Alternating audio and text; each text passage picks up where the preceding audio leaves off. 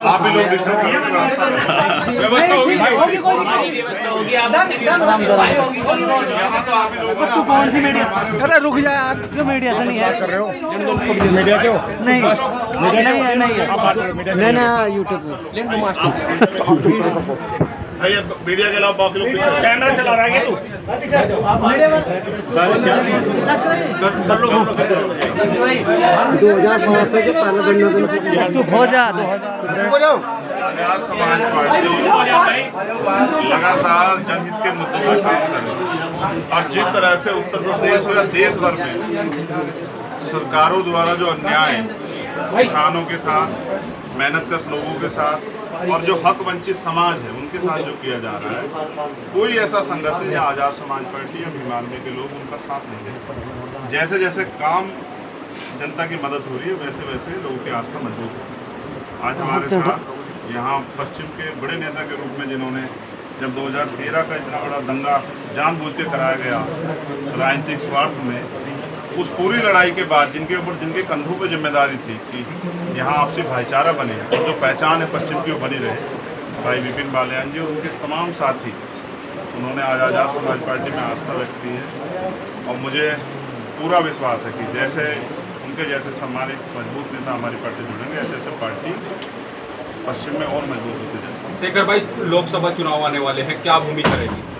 लोकसभा चुनाव से पहले 2023 के विधानसभा चुनाव थे 5 स्टेट के, और मैं अभी तेलंगाना से लौटा हूँ। हमारा लगातार प्रयास ये चल रहा है कि जो 2023 के विधानसभा चुनाव हैं उनमें आज़ाद समाज पार्टी अच्छा प्रदर्शन करे। जैसा हमारा मजबूत संगठन यहाँ पर है, ऐसा ही हमारा मजबूत संगठन राजस्थान, मध्य प्रदेश, तेलंगाना, छत्तीसगढ़ और मिजोरम में भी है। तो अभी 2023 में हमारी पार्टी और हमारे सामान्य नेतागण ज़्यादा काम कर रहे हैं। 24 का चुनाव भी हम लोग मजबूती से लड़ेंगे और उसके बाद आने वाले जो भी चुनाव वो आज़ाद समाज पार्टी प्रत्येक चुनाव में मजबूती से जो है चुनाव लड़ने का काम करेगी। मणिपुर में हिंसा हो रही है, उस पर क्या कहेंगे आप? ये देश का, क्योंकि मैं भाग्य दुर्भाग्य में भरोसा नहीं रखता, लेकिन फिर भी मैं कहूँगा कि खोदा पहाड़ और निकला चूहा। जिन बातों के साथ, दावे के साथ भारतीय जनता पार्टी सरकार में आई थी कि हम एक के बदले 10 लाएंगे, ये तो बाहर की बात है। मैं तो बड़ा ताज्जुब में हूँ कि जिस तरह से मीडिया प्रसारित कर दी है कि उन्होंने रूस और यूक्रेन का युद्ध रुकवा दिया। भारत जिस तरह से जल रहा है, भारत का एक प्रदेश मणिपुर, एक शब्द कहने के लिए प्रधानमंत्री में नहीं है, ना लोकसभा में जाके विपक्ष का सामना कर पा रहे हैं, ना ही कोई कार्रवाई करा पा रहे हैं। भारतीय जनता पार्टी की एक ही नीति है कि उनको चुनाव लड़ना है। बहन बेटियों के सम्मान के लिए ये पश्चिम है, पूरा देश ही हमेशा से खड़ा रहा। हमारी सभ्यता और पहचान है कि यहाँ देवियों की तरह बहन बेटियों की पूजा होती है, उनका सम्मान होता है, उनके सम्मान में तमाम तरह के बलिदान दिए जाते हैं। भारत का एक गौरवशाली इतिहास है। लेकिन बुरा ये है कि आज की सरकारों को बहन बेटियों के सम्मान से कोई मतलब नहीं है। आपने देखा किस तरह से महिला पहलवानों का अपमान हुआ, तब भी सरकार के लोग चुप थे। किस तरह से उत्तर प्रदेश में हाथरस का अपमान हुआ, उस पर भी सरकार के लोग चुप थे। किस तरह से दिल्ली का अपमान हुआ, उस पर भी सरकार के लोग चुप थे। जब भी बीजेपी के लोग या उनसे जुड़े हुए लोग अपराध में शामिल होते हैं या उनके द्वारा कानून का जो है मजाक उड़ा जाता है, हमेशा बीजेपी के लोग चुप होते हैं। ये चरित्र जनता देख रही है और जनता आज अपने आप को ठगा महसूस कर रही है। जिनको हमने ये सोचा था कि रक्षा करेंगे, ये उनके लोग ही आज जो हैं गरीबों की जान लेने पर तुल गए हैं, प्रदेश जल रहे हैं, वो अपनी शक्तियों का प्रयोग नहीं कर रहे। इसका मतलब वो मणिपुर छोड़ो, जब किसी भी प्रदेश में किसी बहन बेटी को न्याय नहीं दिला पाएंगे, ऐसा महसूस होगा। चंद्रशेखर जी, आपने सपा और रालोद का गठबंधन था, लेकिन उन दोनों में आपस में इस बार तालमेल नहीं मिल रही है, क्या कहेंगे इसमें?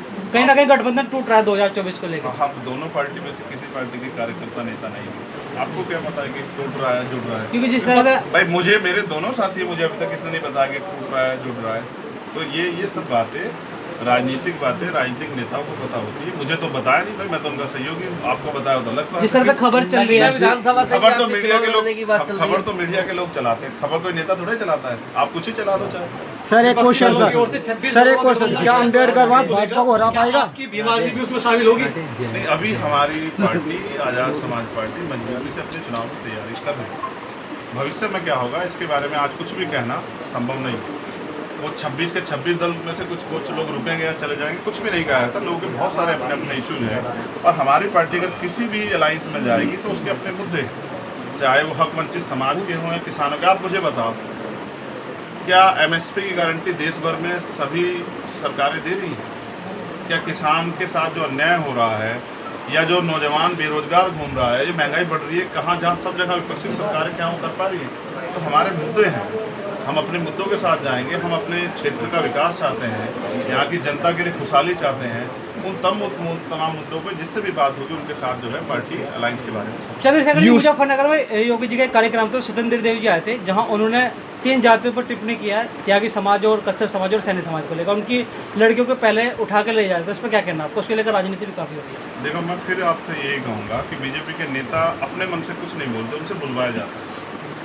ऊपर आरएसएस के लोग उनसे बैठ के बुलवाते हैं किस तरह की भाषा का प्रयोग करना है। वो जातियों का झगड़ा कराने में बहुत बड़ा विश्वास रखते हैं।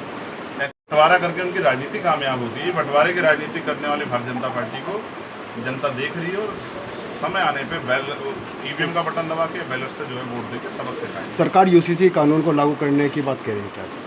ये पता नहीं कहाँ से नकली खबर लिया, अभी तो जो है ड्राफ्ट भी नहीं आया, आप कह रहे हैं लागू कर दीजिए। नहीं, यहाँ से जो सांसद है और केंद्रीय मंत्री है डॉक्टर संजीव बालियान, वो यूसीसी के समर्थन में चुनावी, मैंने कहा वो उनका चुनावी एजेंडा है, अभी ड्राफ्ट भी नहीं आया है। जिस चीज़ का ड्राफ्ट भी नहीं आया वो कानून कैसे बन जाएगा?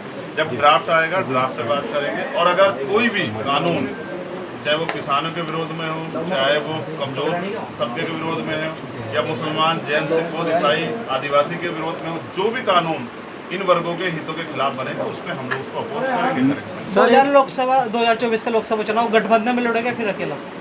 मैंने आपको इस सवाल का जवाब 2023 में दे दिया है।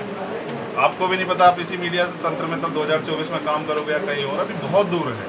अभी तो हम जमीन पे अपने संगठन को मजबूत कर रहे हैं। आज हमारे साथ बहुत सारे महत्वपूर्ण नेता क्षेत्र के करीब 30 से 40 प्रधान, तो प्रधान जो गांव में सेवा कर रहे हैं वो सेवा करेंगे, उसका लाभ आजाद समाज पार्टी को मिलेगा। और उनका जो संगठन है, उनके साथ जो अन्याय हो रहा है, जिस तरह सरकार में बैठे लोग जो हैं या जो पिछले दरबारी सरकार में मिले हुए लोग, जिस तरह से वो यहाँ के किसानों को या मजबूत लोगों को जेल भिजवाने का काम कर रहे हैं प्रधानों को, उनके खिलाफ भी लड़ाई अभी लड़नी है जमीन। चंद्रशेखर जी, आप ही की पार्टी के जो जिला उपाध्यक्ष थे उन्होंने अभी जहर खाया, हाल ही में जिलाध्यक्ष पर आरोप लगाया था कि ये पार्टी के प्रति इनका प्रेम है कि अगर किसी को पार्टी से हटा दिया जाए तो वो अपनी पार्टी इतना लगाव करता है कि उसके बिना एक दिन रहना नहीं चाहता। तो मुझे ऐसे साथियों में बड़ा गर्व है, लेकिन मैं उनको ये भी कहूँगा कि अभी ये जान देना और ये सब चीज़ें ठीक नहीं है, उससे आगे बढ़ के अपनी पार्टी को मजबूत वर्चस्व को देखते आपके बड़ी संख्या में किसानों की फसलें जो बाढ़ से नष्ट हुई है उस पर आप क्या कहेंगे? क्या उसके लिए भी बीमार भी आंदोलन करेगी किसानों के समर्थन? मैं कह रहा हूँ हम तो आंदोलन कर ही रहे हैं, लेकिन क्या आप निकम्मी सरकार से पूछोगे उत्तर प्रदेश की कि वो किसानों की फसल पे क्या मुआवजा देगी या 2 रुपये 10 रुपये मुआवजा दिखाएगी? किसान को उसकी फसल के दाम तो दे दो। मैं फिर कह रहा हूँ, भारत में किसानी एक ऐसा पेशा है जिसमें मेहनत किसान की होती है और फसल के दाम सरकार तय करती है। इसलिए हम लोग MSP गारंटी के लिए लंबे समय से मांग कर रहे हैं। और फिर मैं कहूँ कि जो किसानों की इतने बड़े पैमाने पर कर्ज के लिए सुसाइड करना पड़ा किसानों को, 700 किसानों ने किसान आंदोलन के बाद जान दे दी थी।